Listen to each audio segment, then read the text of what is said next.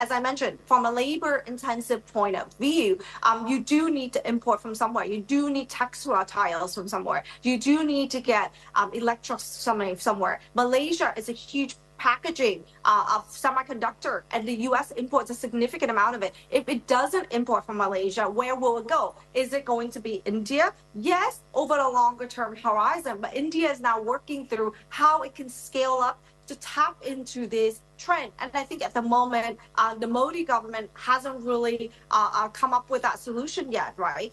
Manufacturing FDI to India is rising, but it's rising at a very snail pace. What India benefits from in this US-China trade war is really on the portfolio side, right? It's much easier for investors to invest in Indian companies than going onshore themselves. And as a result, you can see the bonds flows have increased, and so is equities. Even if there's recent outflows on an aggregate, we do think that India is a huge beneficiary of portfolio flows, because in a geopolitically tense environment, not just the US, but also the West, when investors look for an ex-China story, there's not a lot of places to go, right? There isn't a scale that can be replaced very easily. So therefore, countries that just have some of this substitution impact will absorb flow. So that's why you can see already credit spread is very tight across the region. So as a result, we do think that the rest of the Asia region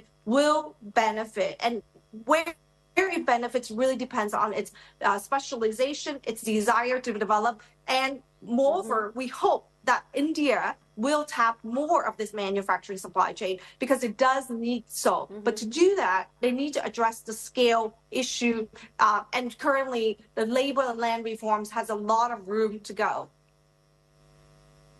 You know, when you take a look at the Indian market, Trinh, you know, apart from maybe a little bit of a wobble, some heat coming out in the past couple of months, over the past 5 years, it's gone gangbusters. Since basically about April 2020, it's almost been a straight line up. Is the Indian market looking like fair value or overvalued to you, or is there still value out there to invest in this market?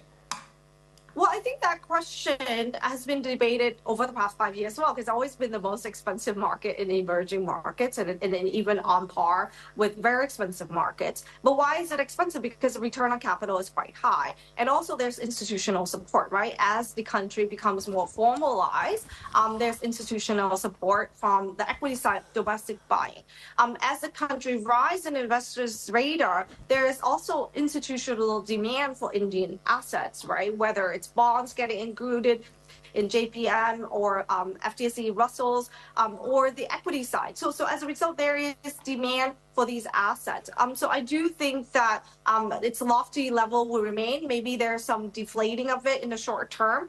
And I think whether or not it can be sustained over a much longer horizon in the 10-year has to depend on what the steps they'll take at the moment to unshackle the private sector. The government has done a great job of deploying CapEx, right? Doing what's necessary to clean the macro imbalances in the country, and they have deployed what I call hard infrastructure. Now the job is for the private sector to increase capex. The second thing the government needs to do is to work on the soft infrastructure, right? What I mean by soft infrastructure is, for example, labor market conditions. For a country that has high informality, there's no reason the government should intervene in the hiring and firing of workers at a very small scale, right? Currently, Modi lifted it from 100 people to 300. To really industrialize, you need to unshackle that, and that should be the #1 priority. It should expand the labor market demand rather than shackling it with the laws that they have at the moment.